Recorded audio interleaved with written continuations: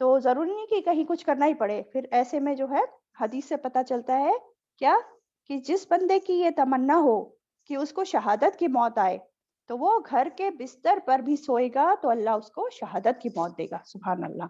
تو دیکھیں نیت کر لیں ایٹ لیسٹ, تو اس نیت کا بہت فائدہ ہوتا ہے, پورا پورا اجر اس چیز کا مل جاتا ہے.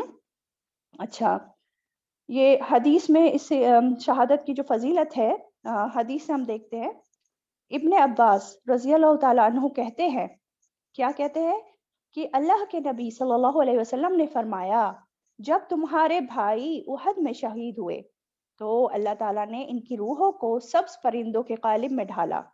اب وہ جنت کے محلات میں سیر کر رہے ہیں, جنتی میوے کھاتے ہیں اور سونے کی قندیلیں جو عرش کے نیچے لٹک رہی ہیں راتوں کو ان میں آرام سے سوتے ہیں. سبحان اللہ. اور جب انہوں نے جنت میں کھانے پینے کے رہنے کی اتنی پاکیزہ چیزیں پائی تو کہنے لگے کہ تم میں سے کوئی ہے جو دنیا میں ہمارے موجود رشتہ داروں کو خبر دے دے کہ ہم جنت میں ہیں اور زندہ ہیں اور بہت ہی خوش ہیں یہاں پہ. اور ہماری یہ باتیں سن کر جو ہیں جو اتنے ہم خوش ہیں یہاں پہ, تو دنیا میں جو لوگ رہ گئے ہیں وہ بھی نیکیوں سے بے رغبتی نہ کرے یا جنت میں جانے والے کاموں سے منہ نہ موڑے, جنگ میں جانے سے پیٹھ نہ پھیرے. تو اللہ تعالیٰ یہ سب باتیں سن رہے تھے تو اللہ تعالیٰ نے یہ آیت نازل کر دی اور دنیا والوں کو ان کی جو عظیم و شان مرتبہ اور فضیلت ہے وہ بتا دی اس آیت کے ذریعے, ہے نا. اور شہادت کی اور کیا فضیلت ہے, آپ صلی اللہ علیہ وسلم نے فرمایا کہ کوئی مرنے والی جان جس کا اچھا مقام حاصل ہو آخرت میں وہ دنیا میں کبھی لوٹنا پسند نہیں کرتی, لیکن البتہ شہید دنیا میں دوبارہ آنا چاہتا ہے کہ وہ دوبارہ اللہ کے راستے میں قتل کر دیا جائے, اور وہ یہ آرزو اس لیے کرتا ہے کیونکہ اس کو شہادت کے وقت جو لذت محسوس ہوئی تھی نا, اور وہ شہادت کی فضیلت جان چکا ہوتا ہے, اس لیے وہ اس مقامات کو پھر سے پانا چاہتا ہے دوبارہ سے شہید ہو کر. ٹھیک ہے, تو سوچے کتنی فضیلت. سبحان اللہ. اچھا, نیکسٹ آیت پہ آ جاتے ہیں, آیت نمبر 170. فرحین بما آتاہم اللہ من فضلہ, فرحین خوش ہیں, بما آتاہم اللہ اس پر جو عطا کیا انہیں اللہ نے, من فضلہ اپنے فضل سے, وَيَسْتَبْشِرُونَ بِالَّذِينَ لَمْ يَلْحَقُوا بِهِمْ, وَيَسْتَبْشِرُونَ اور وہ خوش ہوتے ہیں, بِالَّذِينَ ان کے بارے میں, لم نہیں, يَلْحَقُوا وہ ملے, بِهِمْ انہیں, من خلفہم ان کے پیچھے سے, اللہ کے نہ خوف کوئی خوف ہوگا, علیہم ان پر, ولا اور نہ ہم وہ, یحزنون وہ غمگین ہوں گے. اب دیکھیں, اب یہ جو یہ بات ہو رہی ہے نا, فریحین بما آتاہم اللہ, خوش ہیں اس پر جو عطا کیا انہیں اللہ نے. کون خوش ہیں؟ یہ جو شہادت پا کر چلے گئے اور اب جنتوں میں مزے سے گھوم رہے ہیں, تو وہاں پر وہ بہت زیادہ خوش ہیں شہید لوگ, اس پر جو بھی اللہ تعالیٰ نے ان کو اپنے فضل و کرم سے دیا ہے. اور ساتھ میں کیا کر رہے ہیں, وہ اس پر بھی خوش ہے جو ان کو ملا ہے, اور ساتھ میں ایک دوسرے کو بھی خوشخبریاں دیتے ہیں. یستبشرون, استبشار, استبشار کسے کہتے ہیں؟ ایسی خبر سنانا جس سے انسان کے چہرے پر وہ خوشی کے جو آثار ہیں نا وہ نظر آئے. تو وہ خوشخبری دیتے ہیں ان لوگوں کی, ان لوگوں کے بارے میں جو ان سے نہیں ملے, ان کے پیچھے سے, یعنی کہ جو ابھی دنیا میں ہی ہیں. مطلب کیا بات سمجھ میں آئی؟ یعنی یہ تو شہید ہو کر اللہ کی راہ میں قتل ہو کر اللہ کے عظیم مقامات کو جا پہنچے یہ لوگ, اور جنتوں میں ہیں. لیکن ابھی کچھ وہ لوگ ہیں جو ان کے جیسے ہی کام کر رہے ہیں اللہ کے راستے میں, اللہ کے دین کے غلبے کے لیے کام کر رہے ہیں. تو ان کے بارے میں خیال کر کے تو یہ لوگ خوش ہوتے ہیں کہ سبحان اللہ کہ وہ بھی اسی راستے پر چل رہے ہیں جس پر چل کر ہم ان جنتوں کو آ کر پہنچ گئے ہیں. اور یہ خبریں پا کر اپنے پیچھے والوں کی وہ خوش ہو رہے ہوتے ہیں. اور دوسرا معنی یہ بھی ہے, دیکھیں جب انسان دنیا سے چلا جاتا ہے نا, ایک انسان جو پہلے فوت ہو گیا, پہلے دنیا سے چلا گیا اور جنت میں چلا گیا, اور دوسرا جو ہے وہ بعد میں گیا. تو بعد میں جانے والا جو ہے وہ پہلے گئے ہوئے کو دوسرے کی دنیا والوں کی جو ہوتے ہیں رشتہ دار وغیرہ, ان کی خبر سناتا ہے. آپس میں ملاقات کرتے ہیں, ایک دوسرے سے پوچھتے ہیں تو ان کی خبر بتاتا ہے. یعنی کہ روحیں جو ہوتی ہے نا وہ برزخ میں ملاقات کرتی ہیں آپس میں مرنے کے بعد. اب اچھی روحیں ہیں تو علیین میں جاتی ہے, اور اگر بری ہیں تو سجین میں جاتی ہیں, ہے نا. اب جب یہ نیک لوگ علیین میں پہنچتے ہیں تو وہاں پہلے سے جو پہنچی ہوئی روحیں ہوتی ہیں نا ان کا ویلکم کرتی ہیں اور دنیا کے لوگوں کے حالات پوچھتی ہیں، کیونکہ وہ روحیں تو برزخ میں ہے نا، اب نہ تو ان کو دنیا کے لوگوں کا حال پتا ہے اور نہ ہی دنیا کے لوگوں کو ان کا حال پتا ہے، ان کے بیچ اور ان کے بیچ پردہ حائل ہو گیا ہے، اب کچھ نہیں پتا ایک دوسرے کے بارے میں. لیکن ان کا دنیا کے لوگوں کے بارے میں پتا چلتا ہے جب کوئی فوت ہو کر وہیں اس کی روح جب پہنچتی ہے تو ان کو وہ خبر دیتی ہے، یا پھر اللہ تعالیٰ جس بھی طریقے سے بتانا چاہے. اس کے علاوہ وہ خود سے کچھ نہیں جانتے، ہے نا. تو یہ لوگ جو پہلے سے وہاں پہنچ چکے، ان کو جب خبر حاصل ہوتی ہے کہ ان کے بعد ان کے لوگ جو ان کے عزیز لوگ ہیں ابھی دنیا میں باقی ہیں، ان کے بھائی بہن بچے دوست اسی راستے پر چل رہے ہیں جس پر وہ تھے، تو وہ مطمئن ہو جاتے ہیں، خوش ہو جاتے ہیں بہت زیادہ کہ وہ بھی ہم سے آ ملیں گے یہاں اور ان جنتوں کے مقام کو آ پہنچیں گے کہ جہاں نہ تو کوئی خوف ہوگا اور نہ کوئی غم. کیا بتایا گیا؟ اللہ خوف علیہم ولا ہم یحزنون، کہ نہیں کوئی خوف ان پر اور نہ وہ غمگین ہوں گے. لیکن ڈر کب ہوتا ہے انسان کو؟ جب انسان غلط کام کرتا ہے نا، اس کے معاملات صحیح نہیں ہوتے دنیا میں، تو وہ ڈرتا رہتا ہے پتہ نہیں ہمارے آخرت میں کیا معاملہ ہوگا. لیکن دیکھیں جو خالص مسلمان ہوتا ہے نا اور سچے دین پر ہوتا ہے اور شرک بدعات میں نہیں پڑا ہوتا اور اللہ کے دین کی خاطر جو ہے اپنے جان مال لٹاتا رہتا ہے دن رات، تو پھر جب یہ لوگ فوت ہو کر جائیں گے تو ایسے لوگوں کے لیے نہ کوئی خوف ہوگا قیامت کے دن اور نہ ہی وہ غمگین ہوں گے. غم کس پہ ہوتا ہے انسان کو؟ یوزولی پاسٹ پر ہوتا ہے. کوئی چیز جو چھوٹ گئی چھن گئی انسان سے، اس پر وہ انسان غم کر رہا ہوتا ہے. لیکن ان کو کوئی غم نہیں ہوگا. کیوں؟ کیونکہ اتنا عظیم و شان مرتبے ان کو وہاں ملیں گے قیامت آخرت میں کہ یہ دنیا کی حقیر چیزیں کیا ہے اس کے سامنے، ہے نا. اچھا، تو کیا پتہ چلا اس آیت سے؟ کہ نیک لوگ دیکھیں دنیا میں بھی ایک دوسرے کو نیکی کے کام کرتے دیکھ خوش ہوتے ہیں اور کوئی حسد کینہ جلن بغض ان کے اندر نہیں ہوتا ہے. اور مرنے کے بعد بھی مومن کی کیا تمنا ہوتی ہے؟ ایسی ہی تمنا ہوتی ہے کہ دنیا میں جو پیچھے رہے لوگ ہیں وہ بھی نیکی کے راستے پر چلے اور ان جنتوں کو پہنچے. سورہ یاسین میں بھی ہم دیکھیں گے ایک شخص کا قصہ آئے گا، اس میں جو ہے اس کی قوم نے اس شخص کو قتل کر دیا تھا کیونکہ وہ اللہ کے دین کی دعوت توحید کی دعوت دے رہا تھا. لیکن جب وہ شہید ہو کر گیا تو بھی اس نے دیکھیں کیا تمنا کی، یا لیت قومی یعلمون بما غفر لی ربی وجعلنی من المکرمین. اے کاش کہ میری قوم کو پتہ چل جائے کہ میرے رب نے کس بات پر مجھے بخش دیا اور مجھے عزت والوں میں کر دیا. سبحان اللہ. تو مومن جو ہوتا ہے نا خیر کو صرف اپنے تک نہیں رکھتا، وہ خیر کو بانٹنے والا ہوتا ہے، دوسروں کے لیے بھی خوشیاں چاہتا ہے، اپنے ساتھ ساتھ سب کی خیر خواہی چاہتا ہے. وہ یہی چاہتا ہے کہ سب لوگ نیکی کے راستے پر آ جائیں. تڑپ ہوتی ہے اس کے دل میں، اور یہ تڑپ کہاں سے آئی اس مومن کے دل میں؟ آپ صلی اللہ علیہ وسلم کی سنت سے ملی. آپ صلی اللہ علیہ وسلم بھی تو ہر ایک کے لیے اسی طرح فکر مند رہتے تھے نا، تڑپتے رہتے تھے کہ اس کو بھی جو ہے نیکی کا موقع مل جائے، یہ بھی صحیح راستے پہ آ جائے. تو یہ ہوتا ہے ایک مومن کا رویہ، سچے مومن کا انداز، کہ وہ جب زندہ تھا تب بھی دوسروں کی خیر خواہی چاہتا تھا اور جب دنیا سے جانے کے بعد بھی پیچھے رہنے والوں کی خیر خواہی ہی چاہتا ہے. وہاں بھی اس کی یہی تڑپ ہے. سبحان اللہ. اچھا، آیت 171 پہ آ جاتے ہیں. یستبشرون بنعمت من اللہ، یستبشرون وہ خوش ہوتے ہیں، بنعمت نعمت پر، من اللہ اللہ کی طرف سے، وفضل اور فضل پر، وان اللہ اور بے شک اللہ، لا یضیع اجر المؤمنین، لا یضیع نہیں وہ ضائع کرتا، اجر المؤمنین ایمان والوں کا. وہی بات ہے کہ وہ لوگ خوش ہو رہے ہیں. یستبشرون بنعمت من اللہ، اللہ تعالیٰ نے جو ان کو نعمتیں نوازی ہیں، تمام نعمت پا کر وہ بہت خوش ہو رہے ہیں وہاں پہ. اور کس پر خوش ہو رہے ہیں؟ وفضل، اور اللہ تعالیٰ نے جو فضل کیا ہے ان پر، اس پر بھی خوش ہو رہے ہیں. دونوں میں کیا فرق ہے؟ اب نعمت جو ہیں وہ ہیں جو دنیا میں یہ انسان کوششیں کر کے آیا، اس کی جزا، اس کا بدلہ جو دیا اللہ تعالیٰ نے. اور فضل کیا ہے؟ جو اللہ تعالیٰ نے ان کو زائد دیا اپنی رحمت سے، جس کے وہ حقدار نہیں تھے لیکن حق سے زیادہ اللہ تعالیٰ نے دیا.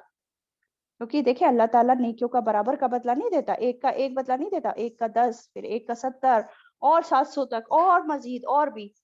تو جیسے جیسے انسان کی نیتیں ہوتی ہیں، وہ اس راستے میں محنت کرتا ہے، اسی حساب سے اللہ تعالیٰ مزید مزید دیتا چلا جاتا ہے. سبحان اللہ. یہ اللہ تعالیٰ کی رحمت، اس کا فضل. اور وہ شہید خوش ہو رہے ہیں کیونکہ اتنا سب کچھ جو انہوں نے سوچا بھی نہیں تھا کہ اتنا ملے گا، تو سوچے ان کو اتنا زیادہ ملا، اس لیے وہ خوش ہوئے پڑے ہیں۔ تو دیکھیں ایک مومن جو خالص ہو کر اللہ کے راستے میں کوشش کرتا ہے نا، وہ کبھی جو ہے اپنی کوششوں کو کافی نہیں سمجھے گا، مطمئن ہو کر نہیں بیٹھ جائے گا چلے اب بہت کر لیا، اب کافی ہے اتنا، ہاں بہت کچھ کر لیا۔ اب اس کو ہمیشہ اور زیادہ کرنے کی فکر لگی رہتی ہے کہ ابھی بہت کچھ کرنا باقی ہے اور پتہ نہیں زندگی کتنی ہے، وقت کتنا کم ہے۔ اور جب اس طرح کا مومن، اس طرح کا انسان مرتا ہے تو اللہ تعالیٰ بھی اسے عزت بخشتے ہیں اور نعمتیں عطا کرتے ہیں۔ پھر وہ سمجھتا ہے اس وقت، یہ جان جاتا ہے کہ اللہ تعالیٰ کتنا زیادہ مہربان، کتنا زیادہ رحیم ہے۔ وہ اللہ تعالیٰ صرف اتنا نہیں دیتے جتنا انسان نے کیا ہے، کر کے آیا ہے، بلکہ اس سے بڑھ کر عطا کرتے ہیں۔ اس لیے فرمایا وَأَنَّ اللَّهَ لَا يُضِيعُ أَجْرَ الْمُؤْمِنِينَ، کہ بے شک اللہ مومنوں کا اجر ضائع نہیں کرتے، بہترین بدلہ عطا کرتے ہیں۔ اچھا چلیں نیکسٹ آیت 172۔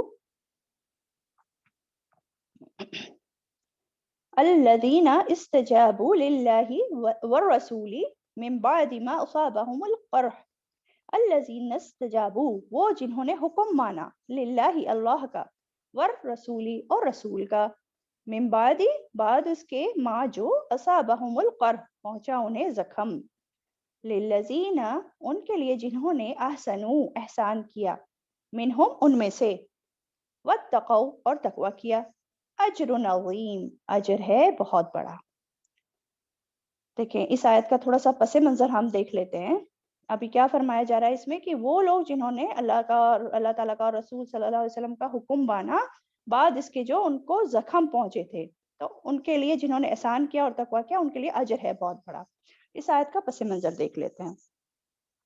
اب بیسیکلی کیا ہوا، یہ کفار مکہ جب احد کے میدان سے واپس چلے گئے ہے نا، تو راستے میں جا کر ان کو احساس ہوا اپنی غلطی کا، اور اس پر افسوس ہوا کہ مسلمانوں کو تو ہم نے ہرا ہی دیا تھا، زیادہ تر تو ان کے زخمی ہو گئے تھے، اور 70 کو جو ہے ہم نے قتل بھی کر دیا تھا، اب تو چند ہی مسلمان بچے تھے اور باقی کے بھاگ بھی گئے تھے میدان سے، تو تھوڑے سے ہی لوگ بچے تھے، اور ان سے ہم جو ہے آرام سے جو ہے ان سے مقابلہ کر لیتے، ان کو قتل کر دیتے یا قیدی بنا لیتے۔ تو یہ تو ایک اچھا بڑا موقع ہم نے جو ہے اپنے ہاتھ سے نکال دیا، تو بہت ہی افسوس ہوا ان لوگوں کو، اور شیطان نے یہ خیال ڈالا تھا ان کے دلوں میں۔ تو یہ خیال آتے ہی وہ جو ہے نا کفار اپنی قوت کو پھر سے جمع کرنے لگے اور واپس مدینہ جانے کی بات کرنے لگے کہ ہم واپس جائیں گے، ان پر حملہ کریں گے اور ختم کر دیں گے مسلمانوں کو۔ ادھر کیا ہے، ادھر آپ صلی اللہ علیہ وسلم کے دل میں بھی اللہ تعالیٰ نے جو ہے خیال ڈالا کہ کہیں یہ کفار جو ہے پلٹ کر نہ لوٹ آئیں، پھر حملہ نہ کر دیں لوٹ کے۔ تو ادھر یہ کفار ارادہ کر ہی رہے تھے، تو ادھر آپ صلی اللہ علیہ وسلم نے بھی اہل ایمان میں اعلان کروا دیا۔ بخاری کی روایت میں آتا ہے کہ آپ صلی اللہ علیہ وسلم نے فرمایا، کون ہے جو تم میں سے مشرکین کے تعاقب میں جائے؟ کون ہے جو تم میں سے مشرکین کے تعاقب میں جائے؟ تعاقب مطلب ان کے پیچھے جائے پھر سے جنگ کرنے کے لیے۔ اور اس میں آپ صلی اللہ علیہ وسلم نے ان کو نئے لوگوں کو الاؤ نہیں کیا تھا، جو آلریڈی جنگ احد میں پہلے شرکت کی تھی جنہوں نے، انہی کو الاؤ کیا تھا، انہی میں سے پھر سے بولا تھا کہ کون ہے جو تیار ہوگا۔ تو اس وقت کیا تھا، 70 لوگ کھڑے ہو گئے، ان میں سے 70 لوگ، اور وہ بھی ایسے لوگ تھے جو شدید زخمی ہوئے تھے احد میں، اور جو کہ دوسروں کے سہارے چل رہے تھے، اور یہ سب آپ صلی اللہ علیہ وسلم کے ساتھ مشرکین کے تعاقب میں روانہ ہو گئے۔ اور جب جو ہے مقام حمراء الاسد ایک جگہ تھی، وہاں پر پہنچے تو وہاں ایک شخص تھا نعیم بن مسعود، وہ ملا انہیں۔ تو اس شخص نے بیسیکلی، وہ بھی ابو سفیان سے مل کر آ رہا تھا، اور اسی کے کہنے پر جو ہے اس نے یہ خبر دی کہ ابو سفیان نے اپنے ساتھ مزید لشکر جمع کر کے طے کر لیا ہے کہ پھر سے مدینہ پر چڑھائی کرے گا اور اہل مدینہ کو ختم کر دے گا۔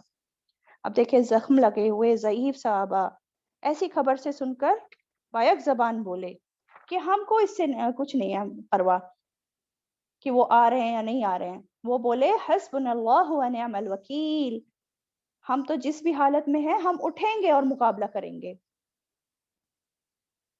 پھر اتفاق سے کیا ہوا نا، ایک شخص جس کا نام معبد خزائی تھا، جو خزا قبیلے سے تھا، وہ مدینہ سے مکہ جا رہا تھا۔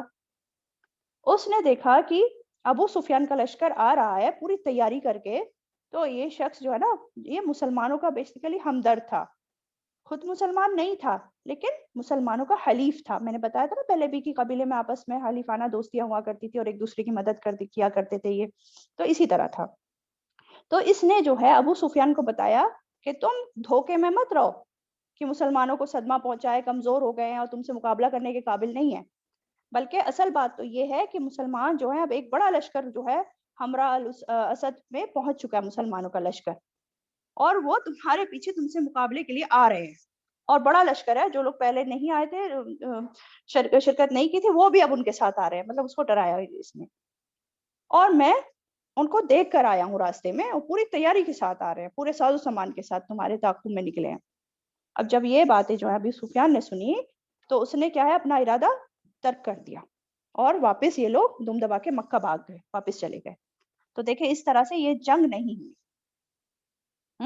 لیکن یہ جو ہے نا اس کو ہمراہ الاسد، غزوہ ہمراہ الاسد کہتے ہیں. جنگ تو نہیں ہوئی اس میں، یہ لوگ واپس چلے گئے مشرکین مکہ.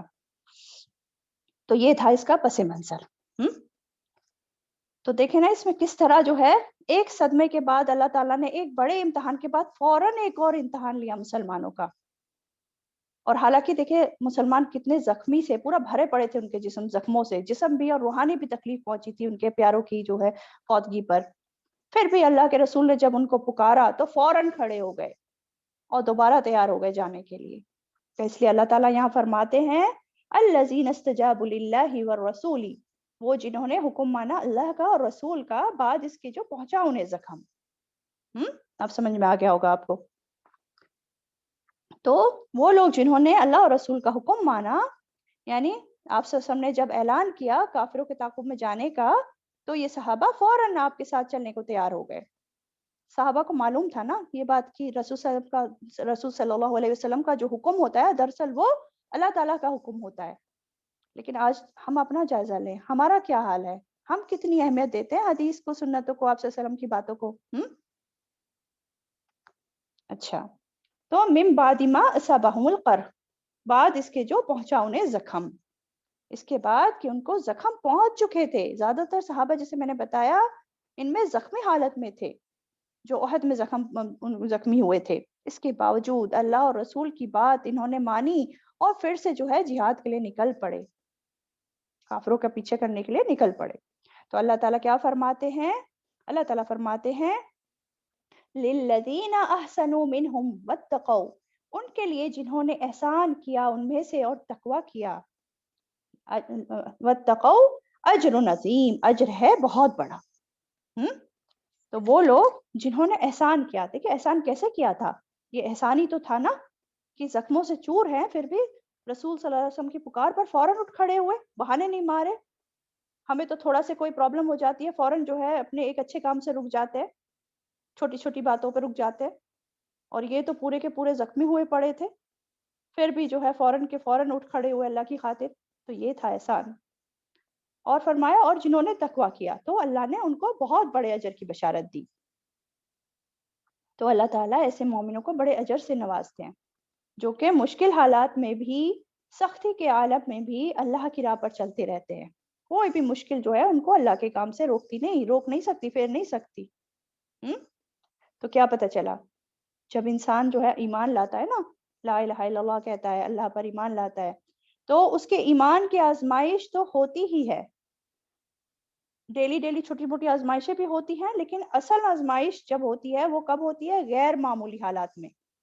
جب اس انسان کی مرضی کے، نفس کے خلاف کوئی چیز آ جائے تو اس وقت وہ کیا معاملہ کرتا ہے؟ اس وقت وہ دین کے راستے پر رہتا ہے، اللہ کے راستے پر استقامت کے ساتھ جمع رہتا ہے یا نہیں؟ تو امتحان تو ہونا ہے، پرکھنا تو ہے ہی، تو دیکھا تو جائے گا ضرور بضرور، کہیں بچ کے نہیں جا سکتا انسان. اچھا، آیت نمبر 173 پر آ جاتے ہیں.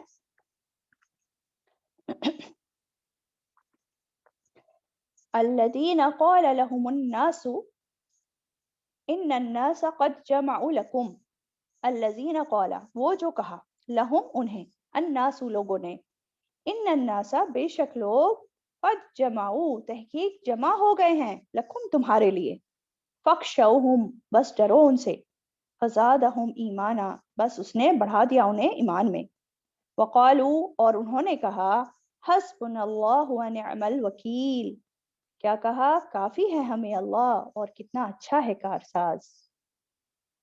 اب جب مسلمان ہمراہ الاسد پر تھے نا، تو یہ ابو سفیان کے کہنے پر جو ہے کچھ لوگ آئے تھے نا، میں نے ابھی بتایا، اس میں اسپیشلی جو نعیم بن مسعود تھا وہ ڈرانے کے لیے آیا اور خبریں دینے لگا مسلمانوں کو، اور کہنے لگا کہ ابو سفیان اور اس کا لشکر دوبارہ اکٹھا ہو گئے ہیں اور وہ آ رہے ہیں تم پر حملہ وار ہونے کے لیے، تو تم ان سے ڈرو۔ لیکن دیکھیں یہ بات سن کر اہل ایمان ڈرے نہیں، بلکہ کیا بتایا جا رہا ہے، ان کا ایمان اور زیادہ بڑھ گیا، ان کا ایمان بڑھ گیا، فزادہم ایمانا، اور وہ کیا کہنے لگے؟ حسبنا اللہ و نعم الوکیل، کہنے لگے حسبنا اللہ و نعم الوکیل، کافی ہے ہم کو اللہ، اور وہ بہت اچھا، بہت عمدہ کارساز ہے، بہترین کام بنانے والا ہے، سنوارنے والا ہے سارے معاملات کو۔ تو دیکھیں اللہ پر اعتماد اور توکل کی وجہ سے ان کا ایمان اور بھی زیادہ بڑھ گیا، کوئی ڈر خوف نہیں رہا انہیں۔ تو کیا سبق ملتا ہے؟ سخت آزمائش آتی ہیں تو ہی پتہ چلتا ہے انسان کا کہ کون سچا مومن ہے، کون اپنے ایمان پر پختہ رہتا ہے اور صبر سے برداشت کرتا ہے، کون نہیں۔ اور جب وہ کر لیتا ہے صبر سے برداشت، تو اللہ تعالیٰ مزید اس کے ایمان میں اضافہ کر دیتے ہیں، فزادہم ایمانا۔ تو جتنی زیادہ جو ہے نا کڑی آزمائش ہوتی ہے انسان کی، مومن کی، تو اللہ تعالیٰ سے تعلق جو ہوتا ہے نا مومن کا، اتنا ہی زیادہ مضبوط ہوتا چلا جاتا ہے، اور وہ نیکیوں میں اور بھی زیادہ بڑھتا چلا جاتا ہے، اپنی عبادتوں میں بھی اور نیک کام کرنے میں بھی۔ یہ مومن کا رویہ ہوتا ہے، ٹھیک ہے۔ اور ہاں، اس آیت سے ہمیں یہ بھی بات پتہ چل رہی ہے کہ ایک مومن کا ایمان کبھی کم ہوتا ہے اور کبھی زیادہ بھی ہوتا ہے، ایک جیسا نہیں رہتا ہے ایمان۔ جتنا زیادہ نیکیاں کرے گا انسان، اتنا زیادہ اس کا ایمان بڑھے گا، اور لیکن جب نیکیوں میں کمی کرنے لگے گا اور برائیوں کی طرف زیادہ جائے گا، برائیاں کرنے لگے گا، تو اس کا ایمان بھی جو ہے کم ہوتا چلا جائے گا، اور ہو سکتا ہے کہ ایک دن اگر وہ اپنی اصلاح نہ کرے تو پھر ایمان بالکل ہی ختم ہو جائے سرے سے، ٹھیک ہے۔ تو ایمان کم زیادہ ہوتا ہے، اور یہ جو ہے نا عقیدہ، یہ اہل حق کا یہی عقیدہ ہے کہ ایمان کم زیادہ ہوتا ہے۔ ایک فرقے والے لوگ ایسے بھی ہیں جو کہتے ہیں کہ ایمان کم زیادہ نہیں ہوتا، سب کا ایمان ایک جیسا ہے، چاہے وہ فرشتے ہوں، نبی ہوں، عام انسان ہوں، سب کا ایمان ایک جیسا ہے۔ تو ایسے لوگ بھی ہیں، تو ایسا نہیں ہے۔ صحیح عقیدہ کیا ہے کہ ایمان کم زیادہ ہوتا ہے، اور اس کی دلیل ہمیں قرآن مجید سے کئی جگہ کئی آیتوں سے ملتی ہے۔ اچھا، تو اب اس وقت ہم اپنا بھی تھوڑا جائزہ لیں کہ جب کوئی تکلیف یا پریشانی ہم پر آتی ہے تو ہمارا کیسا رویہ ہوتا ہے، ہم کیا کرتے ہیں؟ ناراض ہوتے رہتے ہیں انسانوں پہ، اپنے گھر والوں پہ، اللہ تعالیٰ سے ناراضگی شو کرتے ہیں کہ یہ کیوں ہو گیا میرے ساتھ، یا پھر اللہ پر بھروسہ کرتے ہیں، صبر کرتے ہیں اور اپنے ایمان میں اور اضافہ پاتے ہیں؟ کیا رہتا ہے ہمارے ساتھ؟ ہم قبول کر لیتے ہیں اللہ کے فیصلے کو آرام سے کہ ہاں مجھے قبول ہے، اس میں ہی میری بھلائی ہے، اللہ تعالیٰ نے ایسا کیا ہے تو ضرور اچھا ہی ہوگا میرے لیے؟ تو جائزہ لینے کی ضرورت ہے، اپنا محاسبہ کرنے کی ضرورت ہے اس وقت، اور اپنی اصلاح کرنے کی ضرورت ہے۔ اچھا، اور کیا پتہ چلا؟ یہ کلمات دیکھیں، حسبنا اللہ و نعم الوکیل، اللہ ہی ہمیں کافی ہے نا، وہی بہترین کارساز ہے ہمارا۔ تو یہ دیکھیں، یہ صرف ایک جملہ نہیں ہے بلکہ بہت ہی عظیم دعا ہے یہ۔ اگر انسان سچے یقین اور ایمان کے ساتھ یہ الفاظ کہے نا مشکل وقت میں، تو اللہ کی مدد جو ہے نا ضرور آتی ہے، جس بھی انداز میں آئے، اللہ کافی ہو جاتا ہے اس شخص کے لیے پھر۔ اور دیکھیں، جب ابراہیم علیہ السلام، ان کو جب آگ میں ڈالا جا رہا تھا، تو ابراہیم علیہ السلام نے بھی تو یہی کلمات کہے تھے نا۔ روایت میں آتا ہے کہ اس وقت کیا ہوا تھا، جبریل علیہ السلام آئے تھے ابراہیم علیہ السلام کے پاس، اور جبریل علیہ السلام نے پوچھا تھا کہ کیا میں آپ کے کچھ کام آ سکوں؟ تو ابراہیم علیہ السلام نے کہا، میرے لیے میرا اللہ ہی کافی ہے اور وہی بہتر کارساز ہے۔ انہوں نے کیا کہا؟ حسبی اللہ و نعم الوکیل، میرے لیے میرا اللہ ہی کافی ہے۔ یعنی کہ ابراہیم علیہ السلام نے جبریل علیہ السلام کی بھی پیشکش قبول نہیں کی تھی۔ سوچے ان کے جو ہے عقیدہ کتنا اسٹرانگ تھا، کتنا زیادہ وہ بالکل توحید پر تھے، ان کا بالکل ایمان کا لیول اعلیٰ ترین تھا، ہے نا۔ اور دیکھیں اللہ تعالیٰ نے ابراہیم علیہ السلام کی کارسازی کی بھی۔ اللہ تعالیٰ نے حکم دیا کہ اے آگ، ابراہیم علیہ السلام، ابراہیم پر ٹھنڈی ہو جا اور سلامتی والی بن جا۔ تو دیکھیں اس آگ میں جلے نہیں، وہ کچھ نقصان نہیں پہنچا پائی وہ آگ ابراہیم علیہ السلام کو، صحیح سلامت واپس آ گئے وہاں سے۔ تو دیکھیں اس میں بہت بڑا سبق ہے ہم سب کے لیے آج ہم دیکھ رہے ہیں نا ہم کتنے پریشان ہوتے ہیں دنیا میں، کہ دیکھیں ہم آس پاس جب نظر گھماتے ہیں پوری دنیا میں یا اپنے اسٹیٹس میں یا اپنے گھروں میں ہی، اپنی سوسائٹیوں میں، ہم دیکھتے ہیں کہ کتنا فتنہ فساد پھیلا ہوا ہے، کتنی پریشانیاں ہیں، کتنی مشکلات ہیں. جدھر نظر گھماؤ بس ادھر ہی پریشانی پریشانی. سوچتے ہیں ہاں یہ کیا ہوگا اب، ہمارے بچوں کا کیا ہوگا کیا ہوگا، مطلب ہر وقت خوف میں رہتے ہیں ہم لوگ، ہے نا. تو ایسے میں جب دل میں ذرا سا بھی خوف آئے نا تو فوراً پڑھیں حسبی اللہ و نعم الوکیل، میرے لیے اللہ ہی کافی ہے اور وہی بہترین کارساز ہے. تو اللہ تعالیٰ واقعی میں کافی ہو جائے گا ہم سب کے لیے. آپ صلی اللہ علیہ وسلم نے فرمایا حسبنا اللہ ہر خائف کے لیے امان ہے، یعنی کہ ہر وہ شخص جو ڈرتا ہو نا اس کے لیے یہ امان ہے، امن میں آ جاتا ہے وہ اس کلمات سے، اگر وہ سچے دل سے پڑھے اور اللہ پہ یقین کرے. اسی طرح طبرانی کی روایت میں آتا ہے کہ جب کسی چیز سے خوف کر کے یہ کلمہ کہے کوئی تو اللہ تعالیٰ اس خوف سے نجات دے دیتا ہے. سبحان اللہ. اور حضرت عائشہ رضی اللہ تعالیٰ عنہا سے روایت ہے کہ آپ صلی اللہ علیہ وسلم کو جب کوئی غم ہوتا تو وہ بار بار حسبنا اللہ و نعم الوکیل کہتے تھے. آپ صلی اللہ علیہ وسلم کی سنت بھی ہے. تو اپنا بھی یہ جو ہے اپنے اندر بھی یہ سنت جاری کریں، کوئی بھی پریشانی ہو کوئی بھی خوف ہو تو حسبی اللہ و نعم الوکیل، نعم المولا و نعم النصیر. اچھا نیکسٹ آیت پہ آ جاتے ہیں، آیت 174. فانقلبوا، بس وہ پلٹ آئے، بنعمت من اللہ، ساتھ نعمت کے اللہ کی طرف سے، وفضل اور فضل کے، لم یمسسہم سوء، نہیں چھوا انہیں کسی برائی نے کسی تکلیف نے، واتبعوا اور انہوں نے پیروی کی، رضوان اللہ، اللہ کی رضا کی، واللہ ذو فضل عظیم، اور اللہ فضل والا ہے بہت بڑے. کیا بات ہو رہی ہے کہ یہ لوگ جو نکلے تھے مشرکین مکہ کا پیچھا کرنے کے لیے، ان سے جنگ کرنے کے لیے دوبارہ سے، تو اب اللہ تعالیٰ نے ان کو طرح طرح کی نعمتوں سے نوازا. فانقلبوا بنعمت من اللہ، طرح طرح کی نعمتوں سے اللہ تعالیٰ نے ان کو نوازا. کیا نعمتیں ملی ان کو؟ دیکھیں ایک تو دیکھیں دشمن کا پہ رعب پڑ گیا، دشمن بھاگ گیا، دشمن سے ملاقات ہی نہیں ہوئی، بچ گئے ملاقات سے، اور سلامتی کے ساتھ جو ہے واپس آ گئے، ایمان اور عافیت کے ساتھ، مال و عزت کی سلامتی کے ساتھ. تو پھر سے ان پر کوئی رنج اور غم نہیں پڑا، اس سے بچ گئے، کوئی نیا حادثہ پیش نہیں آیا. تو یہ ساری نعمتیں ان کو ملی.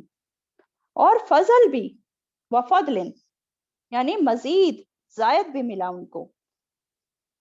اس میں بعض کا کہنا ہے کہ زائد کیا تھا کہ وہاں مسلمانوں کو کوئی تجارتی قافلہ مل گیا اور انہوں نے خرید و فروخت کی جس سے ان کو کافی منافع ملا، تو یہ تو دنیا کا نفع تھا. لیکن اصل میں کیا زائد تھا، کیا فضل تھا اللہ تعالیٰ کا جو ان کو ملا، کہ ان کو جو ہے نا پورا کا پورا ایک غزوہ میں جنگ میں شامل ہونے کا ثواب مل گیا. سبحان اللہ. بنا جنگ ہوئے ہی پورا جنگ میں شرکت کا ثواب مل گیا، کہ ہاں یہ جنگ کر کے آ رہے ہیں، جہاد کر کے آ رہے ہیں.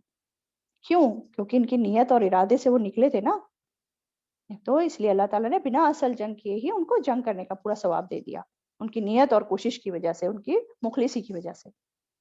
دیکھیں حدیث میں بھی آتا ہے کہ انسان جب کسی کام کی نیت کرتا ہے، سچی نیت بیسیکلی، پھر لیکن کسی وجہ سے اسے اس کام کو کرنے کا موقع نہیں ملتا، تو اس کے لیے پورا ثواب، پورا کا پورا ثواب لکھ دیا جاتا ہے اس کام کا. تو اس لیے کیا ہوا ان کے ساتھ، لم یمسسہم سوء، ان کو کوئی تکلیف نہیں پہنچی، ان کو دشمن کوئی نقصان نہیں پہنچا پایا، دشمن سے ٹکراؤ بھی نہیں ہوا. واتبعوا رضوان اللہ، اور انہوں نے اللہ کی رضا کی پیروی کی، انہوں نے اللہ کے حکم کی پیروی کی تھی، جو اللہ چاہتا تھا وہی کیا انہوں نے، جو اللہ کا فیصلہ تھا اس کو خوشی سے قبول کر لیا، اور اتنی چوٹیں کھا کر بھی فوراً نکل پڑے. انہوں نے اپنی پرواہ نہیں کی، اپنی خواہشات کی پیروی نہیں کی، بلکہ اللہ کی رضا کی پیروی کی. واللہ ذو فضل عظیم، اور اللہ فضل والا ہے بہت بڑے. اللہ تعالیٰ زائد دینے والا ہے، جو ملنا تھا اس سے زیادہ بڑھ کر دیا اللہ تعالیٰ نے. صرف نیت کرنے پہ ہی دیکھیں اللہ تعالیٰ دے دیتا ہے، اور اللہ کتنا زیادہ دے سکتا ہے ہم تو سوچ بھی نہیں سکتے، ہماری تو سوچ میں بھی نہیں آتا وہ کہ اللہ تعالیٰ کتنا زیادہ فضل اپنے فضل سے دے گا، عطا کرے گا. تو دیکھیں اس میں ہمارے لیے بہت امپورٹنٹ سبق ہے کہ ہم بھی جو ہے نا اچھی اچھی نیتیں کرا کریں، سچی نیتیں کرا کریں، ارادے کرا کریں کہ ہاں یہ کام میں کروں گی، یہ کام شروع کروں گی، ہے نا. پلاننگ کرا کریں، بنایا کریں اور کوشش کرا کریں اسے کرنے کی. سوچے تو صحیح ہم کچھ نیک کام شروع کرنے کا، نیک کام کرنے کا، اللہ کرا بھی دے گا اس کام کو.